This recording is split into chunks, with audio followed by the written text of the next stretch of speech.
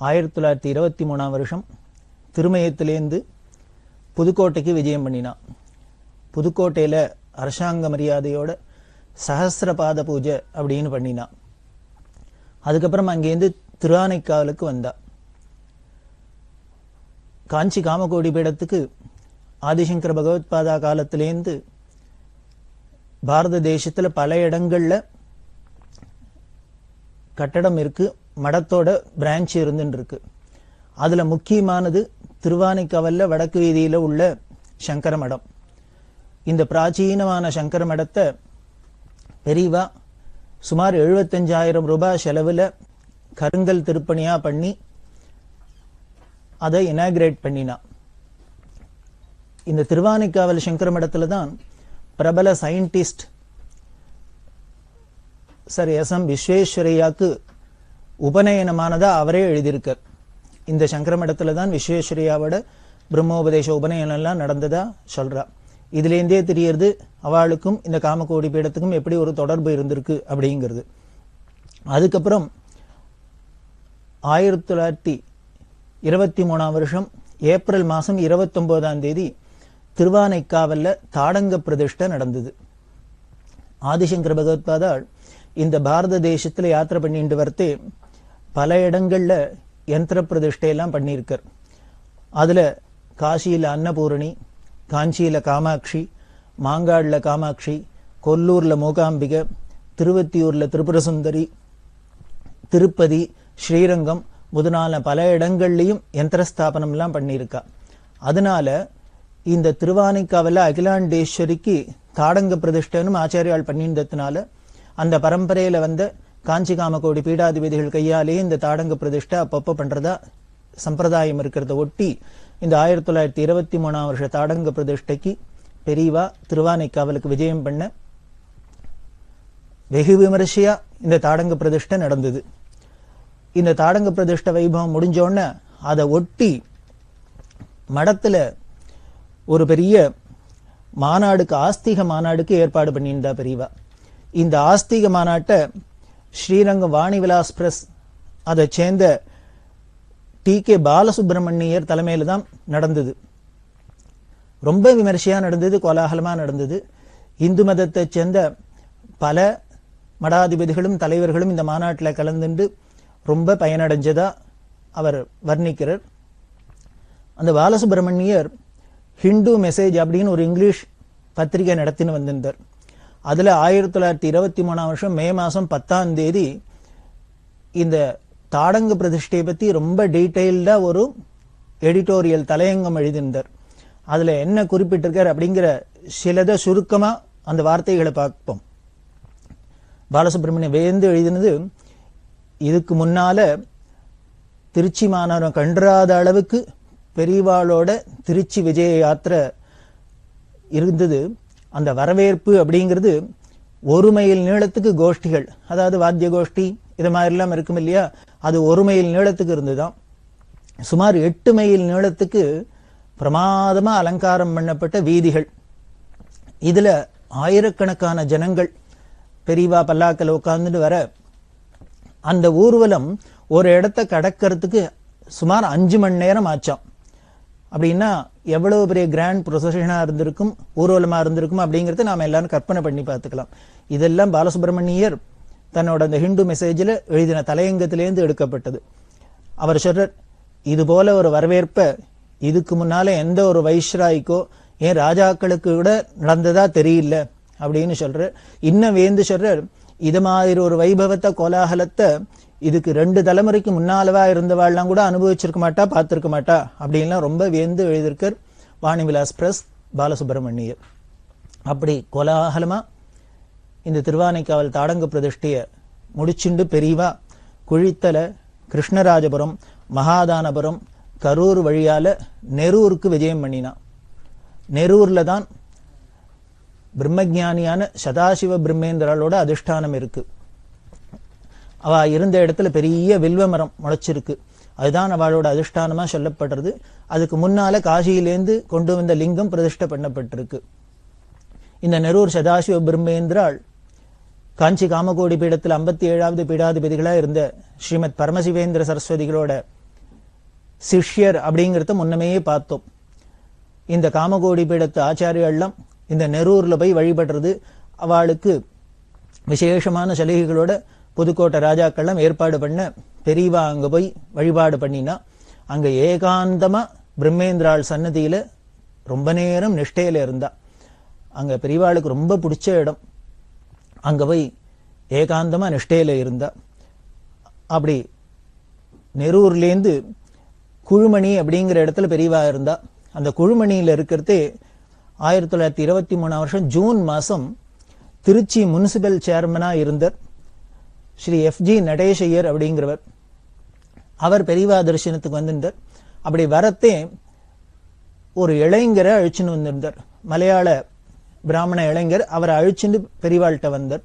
அந்த இளைஞருக்கு தன்னோட இந்து மதத்திலேருந்து வேற மதத்துக்கு மாறணும் அப்படிங்கிற ஒரு ஆர்வம், ஏதோ அட்ராக்ஷன்ல அவர் மாறணும் அப்படின்னு நினைச்சுட்டு அவர் என்ன பண்ண இந்த FG நடேசையர்கிட்ட வந்து கேட்டிருக்கார், சொல்லியிருக்கார். காரணம், இந்த FG நடேசையரே கிறிஸ்தவ மதத்துல மாறி இருந்தவர்.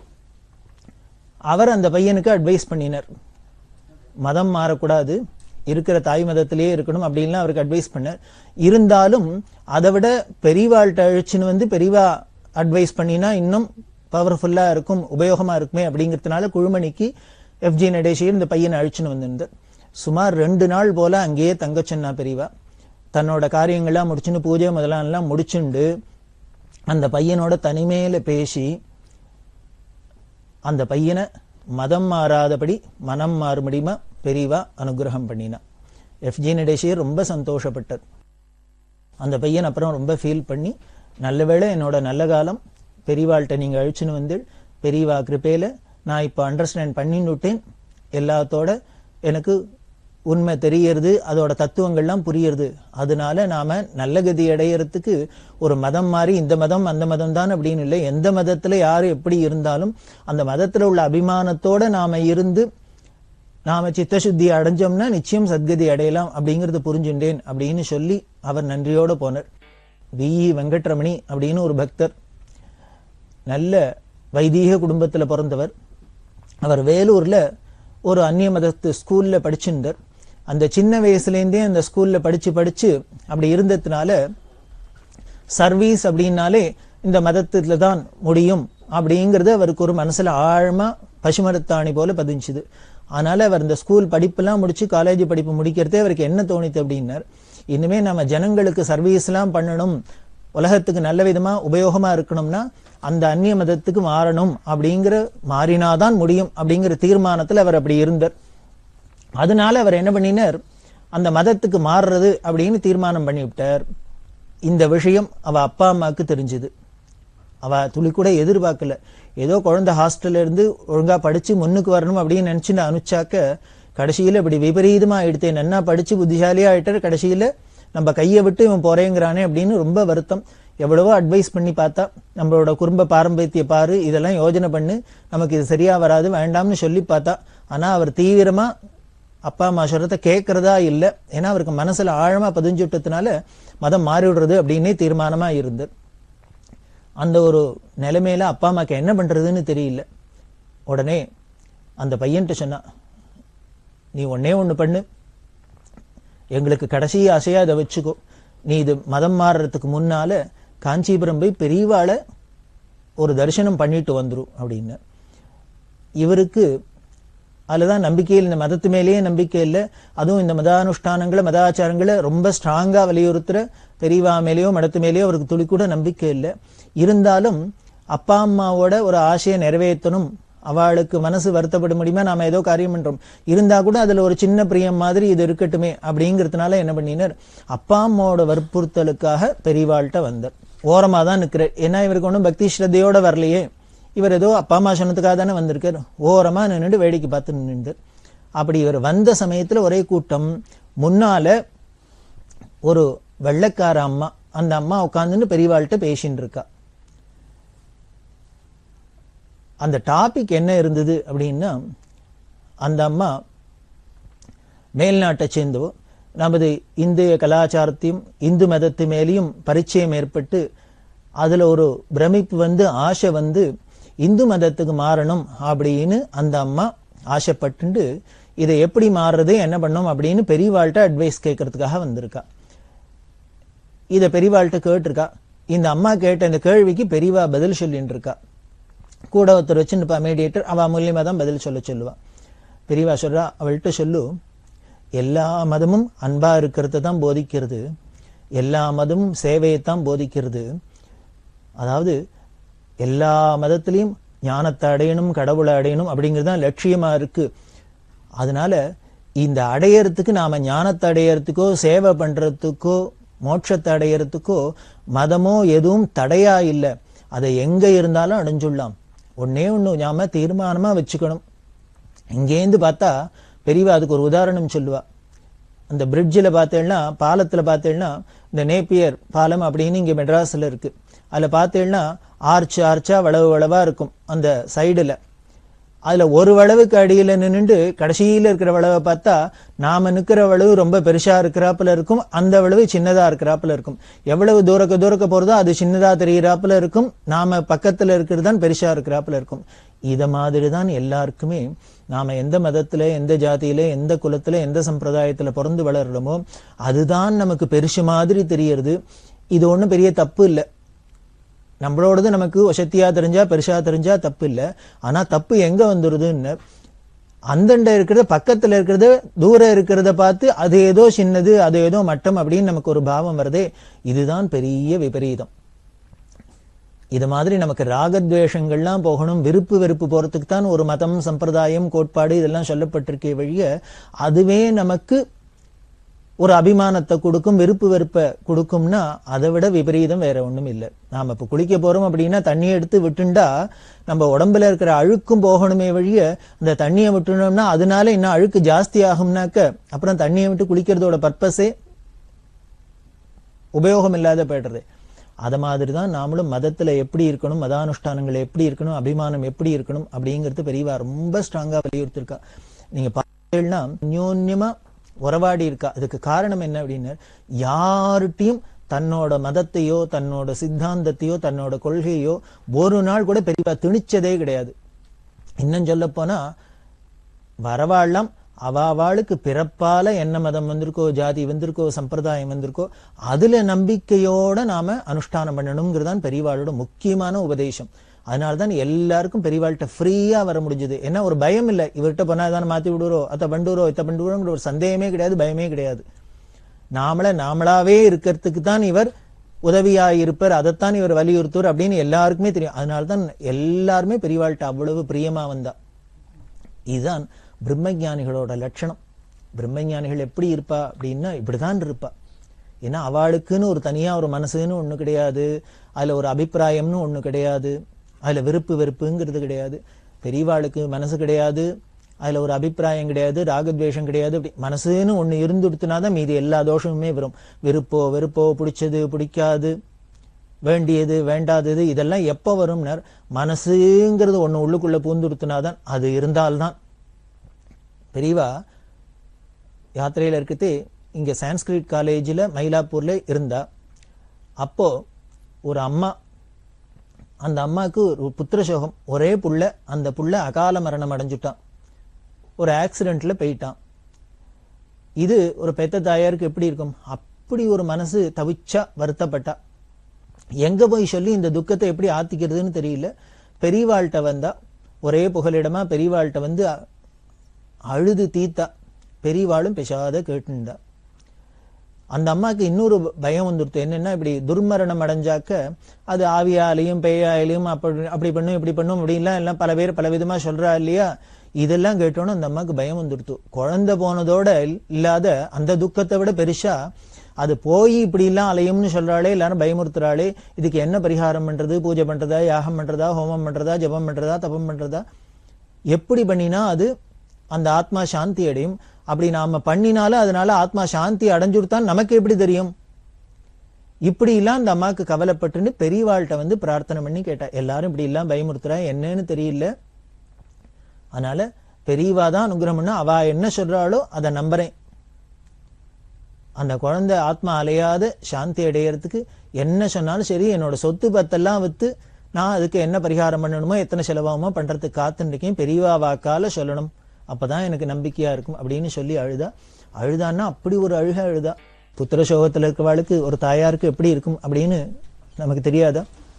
அப்படி அழறதே ஒரு ஆச்சரியம். என்ன நடந்தது அப்படின்னு, எய்தாப்புல உட்காண்ட பெரியவா கண்லேருந்து தாரதாரையா தண்ணி கொட்டித்து. அந்த அம்மா குனிஞ்சு இப்படி நமஸ்காரம் பண்ணுவா, அழுதுன்னு இருக்கா. அப்படி எல்லாத்தையும் ஒரு வழியா அவளுக்கு மேல இனிமே அழ முடியாதுன்னு களைச்சு போனாப்புல நிமிந்து பார்த்தா பெரியவா கண்லேருந்து தாரதாரையா வழிஞ்சுன்னு இருக்கு. இதை பார்த்தா அந்த அம்மாவுக்கு ரொம்ப கஷ்டமா போயிடுது. இந்த விஷயத்தெல்லாம் சொன்னோன்னே பெரியவா சொன்னா, இங்க பாரு, நீ ஒன்றும் பண்ண வேண்டாம். ஊர்ல கிராமத்துல உனக்கு வயல் இருக்கோ இல்லையோ, நிலபுலம் இருக்கு. அதுல இந்த பாட்டாளிகள்லாம் எல்லாரும் கார்த்தாலேருந்து சாயந்தரம் மட்டும் வேலை செய்யறா. வெயில்ல கடுமையா உழைக்கிறா. நீ என்ன பண்ணு, அவ அத்தனை பேருக்கும் தாக சாந்திக்கு நிறைய நீர்மோர் கரைச்சி வச்சுன்னு தினமும் விநியோகம் பண்றதுக்கு ஏற்பாடு பண்ணு. அந்த ஏழை ஜனங்களுக்கு, பாட்டாளி மக்களுக்கு அவ பண்ற இந்த சரீர உழைப்புக்கு தாக சாந்திக்கு நீ நீர்மோர் கொடு. இதுவே போரும் உன் பிள்ளையோட ஆத்மா சாந்தி அடைய, அது அலையாத இருக்கிறதுக்கு அப்படின்னு. இதை கேட்டா நமக்கு ஆச்சரியமா இருந்தது. ஒரு துர்மரணம் அடைஞ்ச ஆத்மா என்னமோ சாஸ்திரத்துல பார்த்தா, அதை பார்த்தா, ஒரு உலகத்துல பார்த்தா என்னமோ அப்படியாலையும் இப்படியாலையும் இத்த பண்ணணும் அத்தை பண்ணணும் அப்படி எல்லாம் சொல்றா. ஆனா பெரியவா என்ன சிம்பிளா முடிச்சுட்டா, ஒரு ஆத்மா சாந்தி அடையறதுக்கு ஏழைகளுக்கு, பாட்டாளி மக்களுக்கு தண்ணி கொடுத்தா போரும், நீர்மோர் கொடுத்தா போரும், தண்ணீர் பந்தல் வச்சாலே போரும், ஆத்மா சாந்தி அடைஞ்சிடும் அப்படின்னா, அதான் பெரியவா யாராருக்கு எப்படி பிரிஸ்கிரைப் பண்ணலாமோ அவளுக்கு என்ன சக்தியோ அதுக்கு ஏத்தாப்புல தான் சொல்லுவா. இது சொன்னா அந்த அம்மாக்கு பரம சந்தோஷம். எப்படி சந்தோஷம் அப்படின்னு, என்னமோ இந்த பெரியவா இந்த பரிகாரத்தை சொன்னோன்னையே தன்னோட பிள்ளையோட ஆத்மா சாந்தி அடைஞ்சு ஏதோ மோட்சத்துக்கு போயிட்டாப்புல ஒரு பாவம். நமக்கு மனோபாவம்னா முக்கியம். எதையுமே ஒண்ணு பண்றோம் சாஸ்திரத்தை நம்பி, இனிமே குருவாக்கியத்தை நம்பி ஒண்ணு பண்றோம் அப்படின்னாலே நமக்கு அந்த மனோபாவம் தானே அங்க முக்கியம். இது பண்ணினா பலன் உண்டு அப்படிங்கிற ஒரு மனோபாவம் இருக்கிறதுனால தானே அதுல ஈடுபடுறோம். இந்த அம்மாக்கு அப்படி ஒரு சந்தோஷம் இருந்தது. இப்படி சந்தோஷம் ஒரு பக்கம் இருந்தாலும் என்ன ஒரு வருத்தம் வந்துருச்சுன்னா, நாம தான் குழந்தை போயிடுத்துன்னு பெரியவாள்கிட்ட அழுதது எப்படி இருக்குன்னா, பெரியவாளும் அழ வச்சுட்டோமோன்னு. பெரியவாகள்லையும் தண்ணி கொட்டினத்தை பார்த்தோன்னு இந்த பிள்ளைக்காக பெரியவாளும் அழறாளாக்கும்னு அவன் நினைச்சுன்னுட்டா. அதனால என்ன பண்ணினா, நான் என்னோட கஷ்டத்தெல்லாம் சொல்லி பெரியவா மனசு வருத்தப்பட முடியுமா பண்ணிவிட்டேன், பெரியவாளை கஷ்டப்படுத்திட்டேன், மன்னிச்சுக்கணும்னு திருப்பி நமஸ்காரம் பண்ணினா.